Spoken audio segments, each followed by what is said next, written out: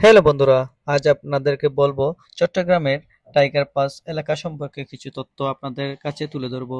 চট্টগ্রাম বাংলাদেশের একটি সুপরিচিত এলাকা। টাইগার পাস বাংলাদেশের চট্টগ্রামের একটি সুপরিচিত এলাকা। এটি পাহাড় এবং গাছপালা দিয়ে সবুজ ঘেরা একটি এলাকা। গুরুত্বপূর্ণ বৈশিষ্ট্য: ভাস্কর্য: এই সড়কের মোড়ে বাংলাদেশ জাতীয় পশু রয়্যাল বেঙ্গল টাইগার একটি ভাস্কর্য রয়েছে। এই ভাস্কর্য থেকেই এলাকাটির নাম টাইগার পাস হয়েছে। এই রাস্তার পাশে কীর্তির ঝর্ণাও রয়েছে। প্রশাসনিক তথ্য: জেলা ও বিভাগ: চট্টগ্রাম জেলা, চট্টগ্রাম বিভাগ, থানা ডবলমুরিং। এটি চট্টগ্রাম সিটি কর্পোরেশনের এলাকার অধীনে। যোগাযোগ ও নিকটবর্তী স্থান: টাইগার পাস মোড়ে পাশেই মোহাম্মদ ইউসুফ চৌধুরী সড়ক অবস্থিত। এটি একটি গুরুত্বপূর্ণ মোড় হিসেবে কাজ করে এবং এখান থেকে শহরের বিভিন্ন জায়গায় যাতায়াত করা যায়।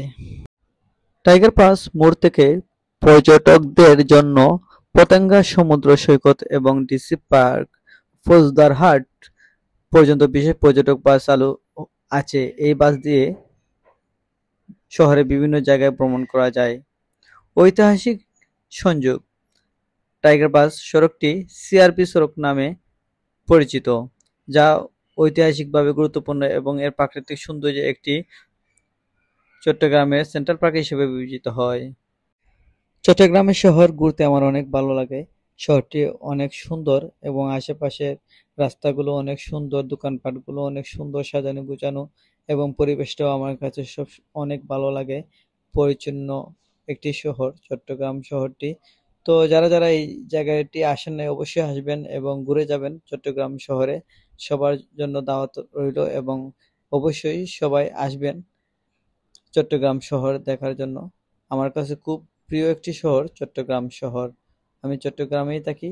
এই জায়গায় কর্মজীবী আমি। ছোটখাটো একটি চাকরি করি। এর পাশাপাশি আমি ছোটখাটো ব্লগ তৈরি করি।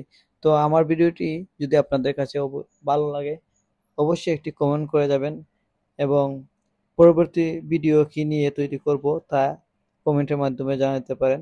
অবশ্যই আমি চেষ্টা করব এরকম সুন্দর সুন্দর ভিডিও তৈরি করার জন্য। যেহেতু আমি নতুন, আমার কথাবার্তার মধ্যে ভুল ত্রুটি হতে পারে, কিন্তু আপনারা ক্ষমা দৃষ্টি চোখে দেখবেন এবং আমার ভুল ভ্রান্তি হলে ক্ষমা করে দিবেন।